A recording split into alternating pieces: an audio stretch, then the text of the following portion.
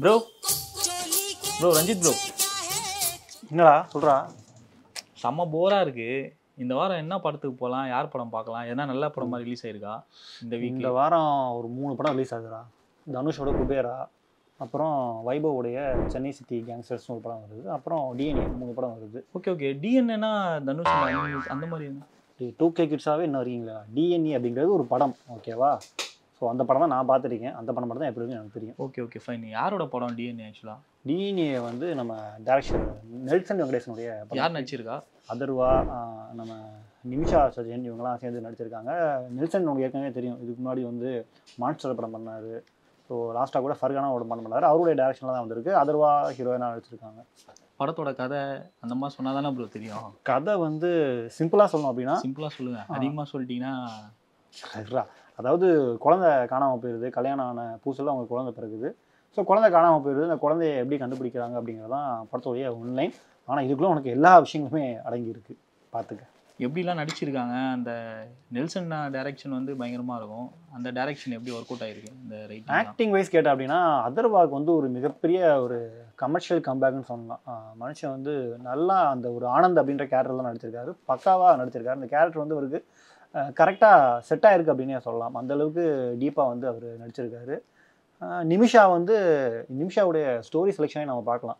தமிழில் அவங்க பண்ணுற எல்லா படங்களுமே அவங்களுக்கு ஹிட் ஆகுது. இதுக்கு முன்னாடி ஜிகர்தா XX பண்ணாங்க, சித்தா பண்ணாங்க, மிஷன் சாப்டர் 1. அந்த வரிசையில் இந்த படங்குமே அவங்களுக்கு வந்து நல்லா ஒரு யூஸ்ஃபுல்லாக இருக்குது. குறிப்பாக பயங்கரமாக ஆக்டிங். அவங்க வந்து திவ்யா அப்படின்ற ஒரு ஸ்பெஷல் சைல்டு கேரக்டர் அவங்க.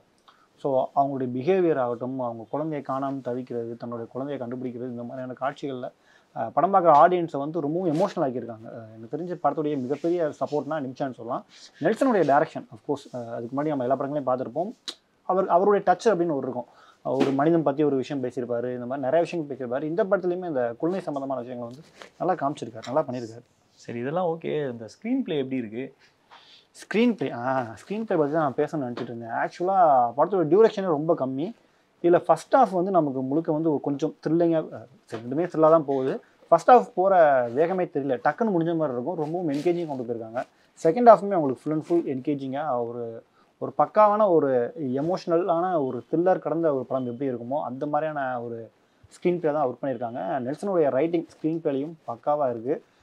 இன்னொரு பக்கம் மியூசிக் வந்து ஜிப்ரான் பண்ணியிருக்காரு. ஜிப்ரானுடைய அந்த பேக்ரவுண்ட் ஸ்கோர் வந்து எந்தெந்த காட்சிகளில் எப்படி எலிவேட் ஆகணுமோ அந்த அளவுக்கு பக்காவாக எலிவேட் ஆகிருக்கு.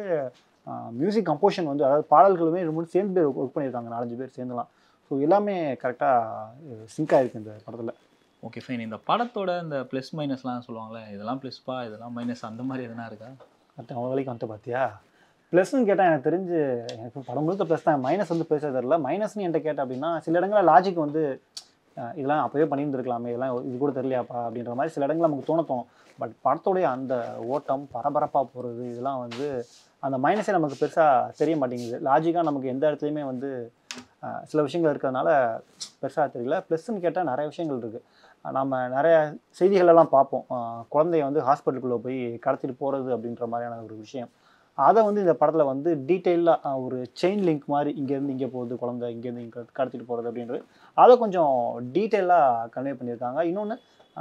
இன்னொரு ப்ளஸ் வந்து நம்மளால் ஈஸியாக கனெக்ட் ஆகிக்க முடியும். இப்போ ரீசெண்டாக கல்யாணம் ஆனவங்க, கல்யாணம் ஆகி குழந்தை இல்லாமல் இருக்கிறவங்க, குழந்தைய வளர்த்துட்டு இருக்கவங்க அப்படின்ட்டு நிறைய பேர் வந்து ஈஸியாக இதோட கனெக்ட் பண்ணிக்கிற முடிகிற மாதிரியான ஒரு ஸ்கிரிப்டை வந்து இதில் நரேட் பண்ணியிருக்காங்க. அதெல்லாம் ரொம்பவும் ஈஸியாக இதாக இருக்குது. கிளைமேக்ஸில் வந்து ரொம்பவும் கூஸ் பம்ப்ஸாக இருந்தது. ஏன்னா நம்ம சில விஷயங்களை மூட நம்பிக்கைன்னு சொல்லுவோம், சில விஷயங்கள் நம்பிக்கைன்னு சொல்லுவோம். இந்த படத்தில் இதான் மூட நம்பிக்கை அப்படின்னு சொல்ல வந்துட்டு கடைசியில் அவங்களோட நம்பிக்கை நம்ம கேட்கக்கூடாது அப்படின்றத அதை பாசிட்டிவாக கன்வே பண்ணியிருந்தார் நெல்சன். அந்த கோவிலுக்குள்ளே வரக்கூடிய ஒரு சீன் கிளைமேக்ஸ் அது வந்து உண்மையிலேயே நல்லா இருந்தது. இன்னொரு விஷயம், இப்போ சமூகத்தில் வந்து உங்களுக்கு குழந்தை இல்லை அப்படின்னா ஏதாவது கேள்வி கேட்டு டார்ச்சர் பண்ணுவாங்க. இந்த கேள்வியாலே நிறைய பேர் வந்து குழந்தை பெற்றுக்கிற ஒரு சூழ்நிலை இருக்குது. அதையும் படத்தில் போகிறப்ப ஒரு மெசேஜாக அதையுமே கன்வே பண்ணியிருக்காங்க. ரொம்பவும் அழகான ஒரு ஸ்க்ரீன் பிளே நல்லா பண்ணியிருக்காங்க. நிறையா ப்ளஸ் இருக்குது படத்தில். குறிப்பாக ஒரு ஃபைட் சீன்லலாம் ஒரு 12வது மாடியில் குழந்தைய ஒரு கட்டப்பையில் வச்சு சண்டை போடுறாங்க. குழந்தைய கீழே வச்சு சண்டை போடுங்க ஏன்பா அப்படின்ற மாதிரி நிறைய சீன் வந்து நமக்கு பரபரப்பாக இருக்குது. அந்த மாதிரி நல்லா பண்ணியிருக்காங்க. ஸ்க்ரீனில் வந்து எப்படி சொல்கிறது, அதர்வாவோட அந்த ஃபிட்னஸ் அப்படியே மெயின்டைன் ஆகிற மாதிரி இருக்குது. அதெல்லாம் எப்படி, அது இதுலேயும் மெயின்டைன் ஆகும்? அதர்வா எல்லா படத்துலையும் நம்ம பார்த்துட்டு தான் இருக்கோம். இமைக்கா நொடிகளிலிருந்து எல்லா படத்துலையுமே அவர் ஒரே ஃபிட்னஸோடு தான் இருக்கார். அவருடைய ஃபிட்னஸ் பக்காவாக இருக்குது. சரி, ஸோ எந்த குறையுமே ஓவராலாக இது ஃபேமிலியோட பார்க்கலாம். கண்டிப்பாக எனக்கு தெரிஞ்சு ஃபேமிலியாக பார்க்க வேண்டிய ஒரு படம் தான் அது. குறிப்பாக பெண்களுக்கு இப்போ ரீசெண்டாக கல்யாணம் ஆனவங்க இவங்க எல்லாருக்குமே இந்த படம் வந்து பிடிக்கும். ஸோ நல்ல படம். டேய் பேசிட்டு இருக்க எங்கடா போற? அதான் சொல்லிட்டீங்களே ஃபேமிலியாக பார்க்கலான்ட்டு, அதான் போய் இப்போயே டிக்கெட் புக் பண்ணால் தானே ஃபேமிலியாக பார்க்க முடியும். அப்பாவி, நீங்கள் ஏன் வெயிட் பண்ணிட்டு இருக்கீங்க? ஒரு நல்ல கமர்ஷியல் படம் வந்திருக்கு. ஸோ நீங்களும் தியேட்டரில் போய் இந்த டிஎன்ஏ படத்தை மிஸ் பண்ணாமல் பாருங்கள். தேங்க்யூ.